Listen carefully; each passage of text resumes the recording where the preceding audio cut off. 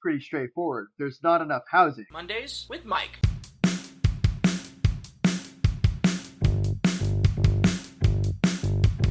Mondays with Mike.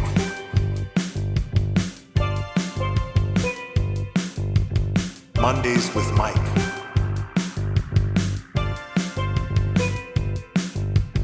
Mondays with Mike.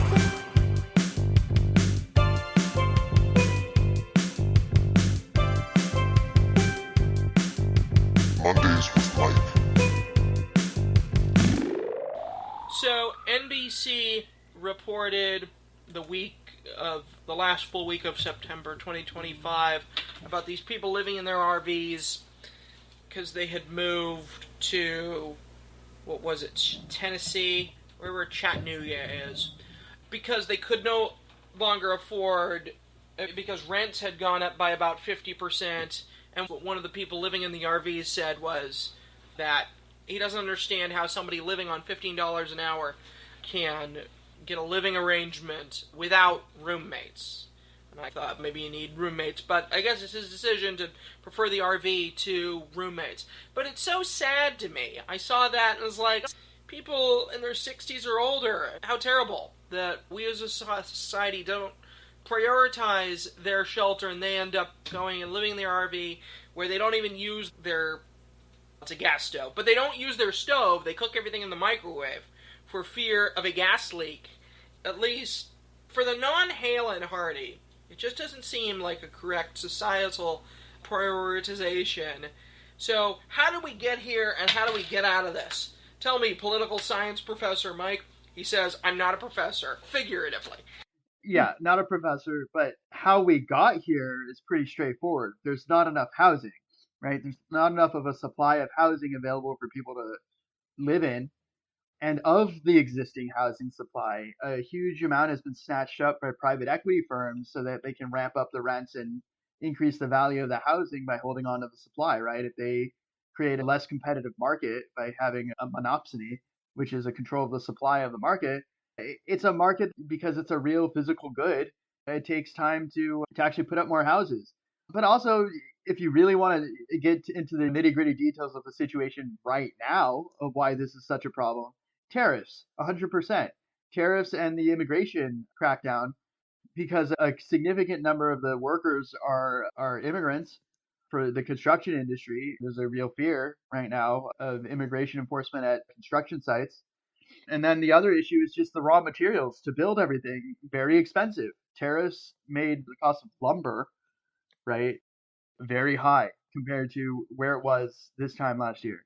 The cost of steel, all the appliances, everything inside the house, all the electric, all the wiring, right? Because the supply chains for some of the stuff that goes into housing is not in the United States. If the cost of making everything is increased, that means that the value of the home has to increase just to mitigate the cost, because nobody's going to make a house, right, if they're not going to get a return on their investment. It is unreasonable to ask developers of houses to make houses that won't make them money. That's not how capitalism works. And this goes back to what we talked about before, that there needs to be housing stock completely removed from the private market entirely, like public housing for just people who are down on their luck, of like very minimal, very not subsistence standard housing, but like communal housing of a room, a bed, maybe a shared bathroom, shared kitchen. It was like a dorm or something, but that anybody who needs to live there can. Because what we have right now is a huge barrier to entry for even the lowest level of housing. That's why they're talking about RVs, because it's cheaper to buy a car or to buy an RV and to go to an RV park than it is to rent anywhere in the country. That's the whole point of their discussion. I watched the video when she's talking about how the lowest rent she could find was $1,200 a month plus utilities and all the other stuff. That's a lot for an apartment. And part of the issue with rental housing too is that it's when you sign a lease, you're only signing a lease for a year, and then they can raise the rent. And without capping rent increases, your rent can double, right? Your rent can increase 20%, 30%, 50%, 100%, and there's no real meaningful alternative. There's no competition if all the landlords are raising their rents, and there's no lower cost housing other than the street, a shelter, or your car.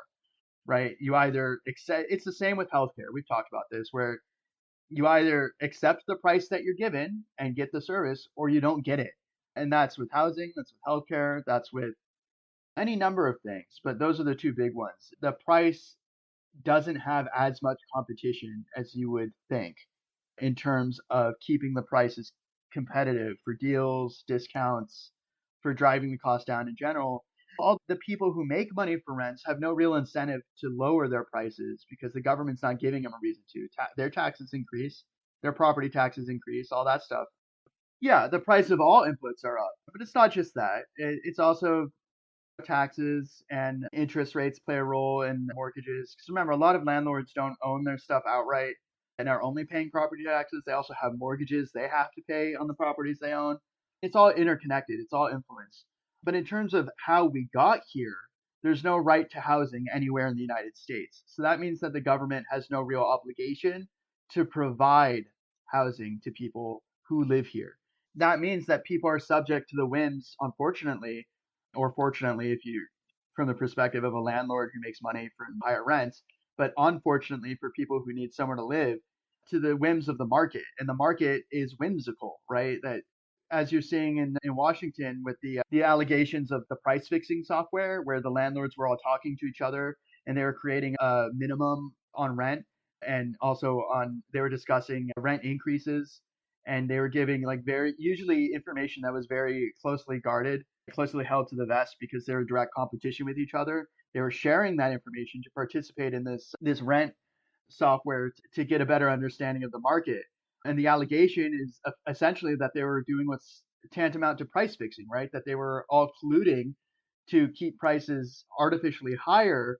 And in particular, they weren't competing with each other for things like discounts or lowering rents in order to attract tenants, that they were creating both a price floor and essentially a ceiling of rent increase. It was creating a whole problem, right? Because essentially it was making the market non-competitive.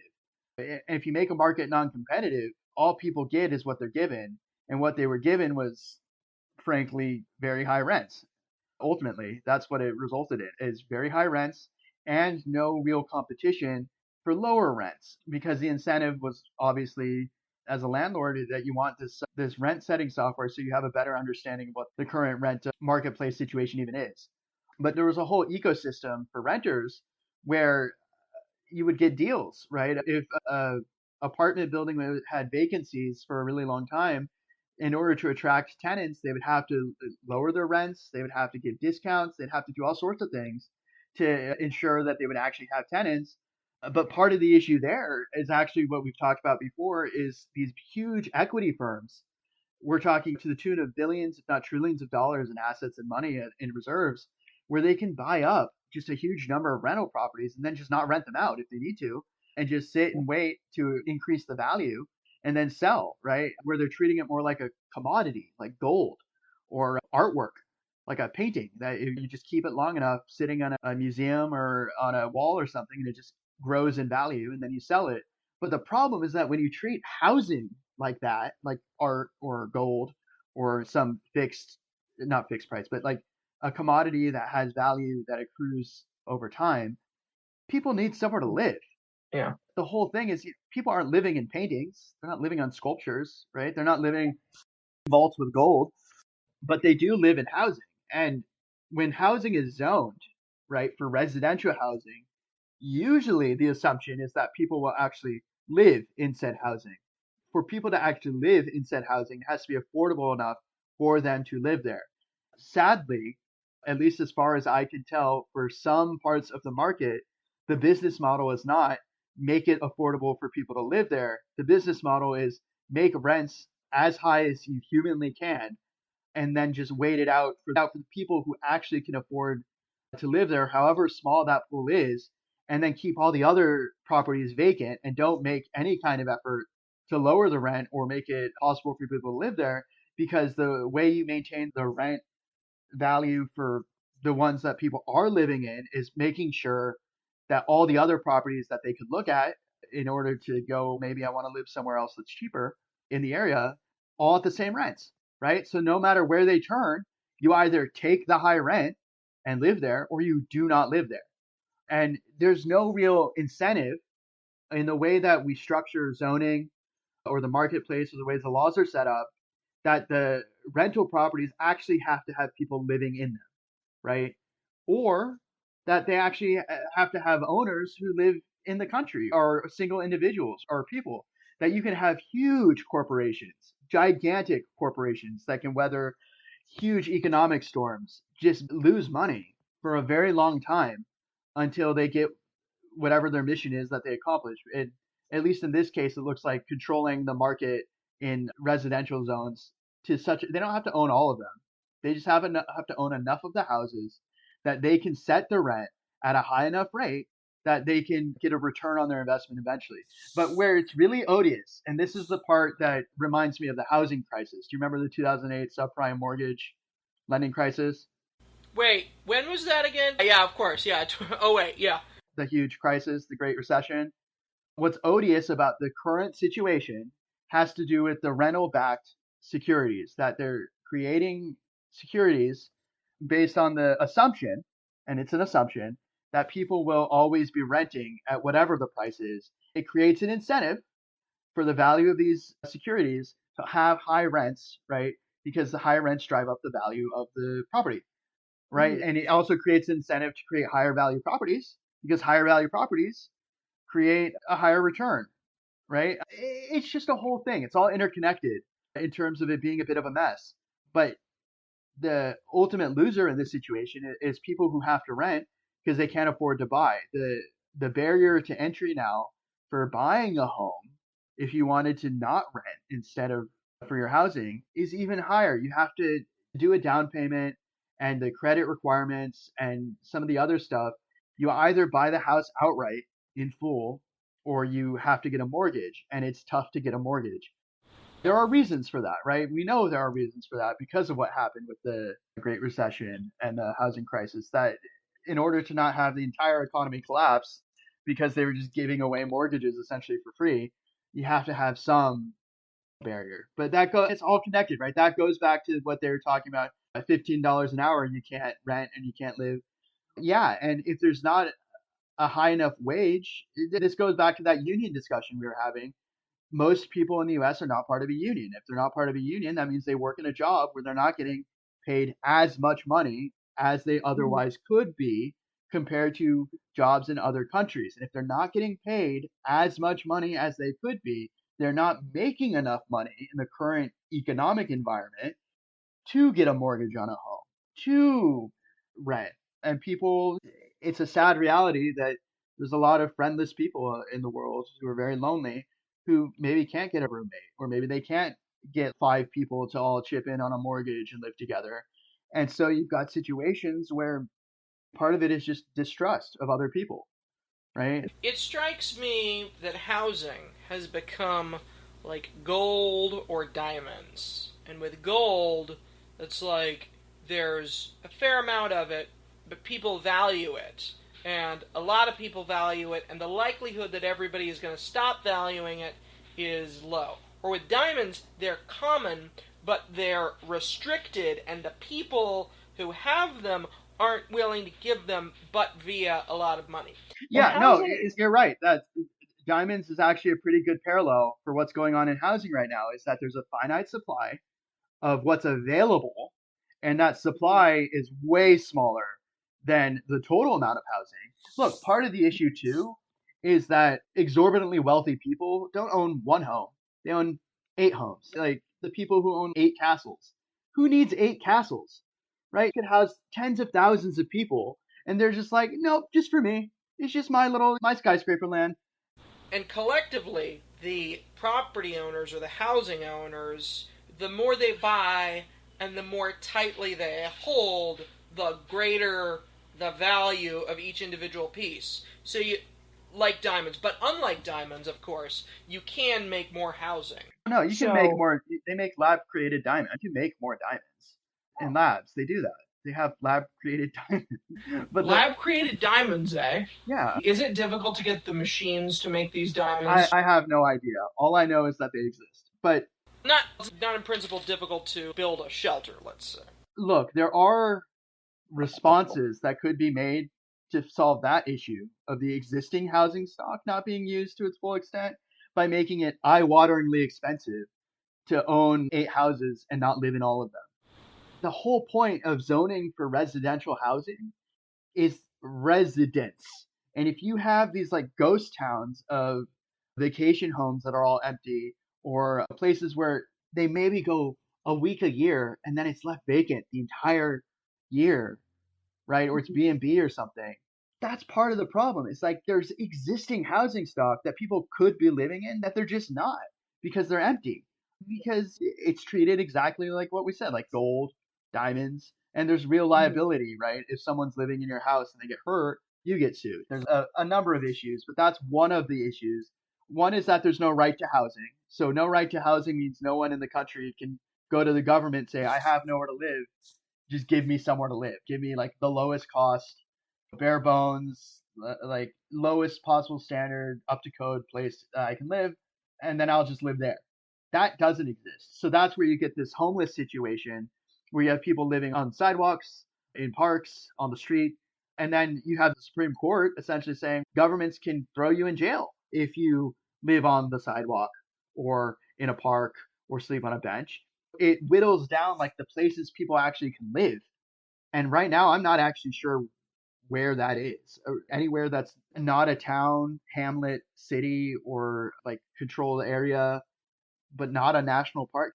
The whole issue is that we have a significant population that doesn't have anywhere they can go legally because there's not enough shelter space. There's not enough housing, public housing, Section 8. Where can they go?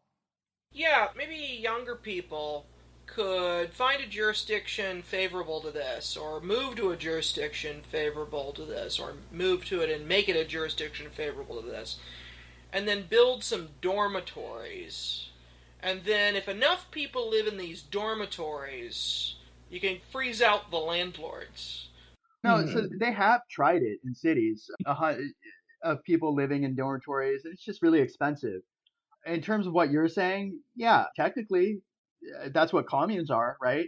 That people show that they live in these eco communes where they pool all their resources and everybody lives on like a farm or something. But we've seen circumstances where that can turn awry, like the French Davidians. They tried it, and that happened, right? That backfired. But right, don't move into a dormitory with the Branch Davidian. The point is that I'm trying to make is that there's no alternative. Part of the reason we're in this situation is there's no meaningful alternative, and there's no political will to create a meaningful alternative, precisely because if you look at the number one lobbying group in the United States, who do you think it is? Realtors. Why do you think it is? Money. That if they create any actual alternative that's meaningful, that does what it's supposed to do, that provides the thing that they need, housing values would plummet a lot if people were given an actual option instead of desperation. Because it's part of this issue with Medicaid that they want to put in a work requirement. They're not giving people jobs. They just want people desperate enough to do the jobs that are out there, to work in the really difficult jobs that don't pay a lot. Farm labor, meat packing. It's not so much that they want to actually give people things like healthcare or housing.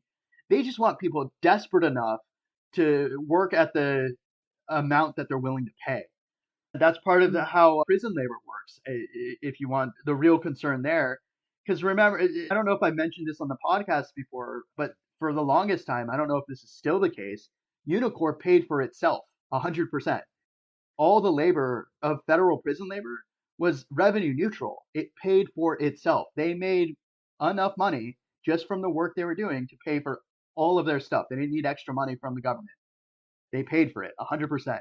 The government's, all this stuff, now the government's bad at stuff. Not this. They're very good at getting convict laborers to make way more money than they're paid to fund all of their housing, medical, you name it, right? The government knows how to do it. They know how to make money, right? They know how to make money effectively. They know how to put people to work. They just don't want to. There's no political will. And the question as to why there's no political will is a very simple one. It all comes down to money, always money. And in this case, it's money from lobbyists where they're making it very clear in no uncertain terms, if you ever make any kind of serious effort for housing, for medical care, we'll primary you, right? We'll fund your opponents with all the money that exists that we can have at our disposal. You will lose. That's part of it. It's just fear on the part of elected officials. Look, it's the same issue with abortion, with the right to life. Why did Roe v. Wade get overturned? In part, Roe v. Wade got overturned because the Supreme Court had justices put on the Supreme Court who were against abortion, right? That Right, Trump got 3 appointments. How did they get there? How do we get from Roe v. Wade to now no Roe v. Wade? Is elections, right? Is that Trump got elected and Trump put in the Supreme Court justices. How did Trump get elected? Trump got elected because of those specific constituencies, right? The evangelicals, the MAGA movement, they've had a very long-term plan of putting in justices, and it worked, right? The same issue can be said for things like housing and for healthcare, is that a fifth of our economy is healthcare. So I don't know that we're going to get it to a situation where there will be universal healthcare or a public option. The powers that be just don't want it to happen ever. They can't, because the way they maintain control and power is by fleecing the American people for as much money as they legally can get away with. Legally. Same deal for housing, is that they want to be able in every jurisdiction, in every housing market, in every place in the country, as much as they can, to squeeze every last bit of economic value as they can from the people who have to rent if they want to live somewhere. That's not everybody. Some people own their houses. All they have to worry about is what? Property taxes and paying the bills and utilities and maintaining the house. Okay. Or an HOA, right? Mm-hmm. You pay HOA fees and you have to make sure you maintain your house to a certain standard. Yay, HOAs. But or if you pay a high enough HOA, they'll do the yard work for you, even if you don't want them to. But yeah, the point I'm making is we're in this situation because the situation has been made such that they're allowed to.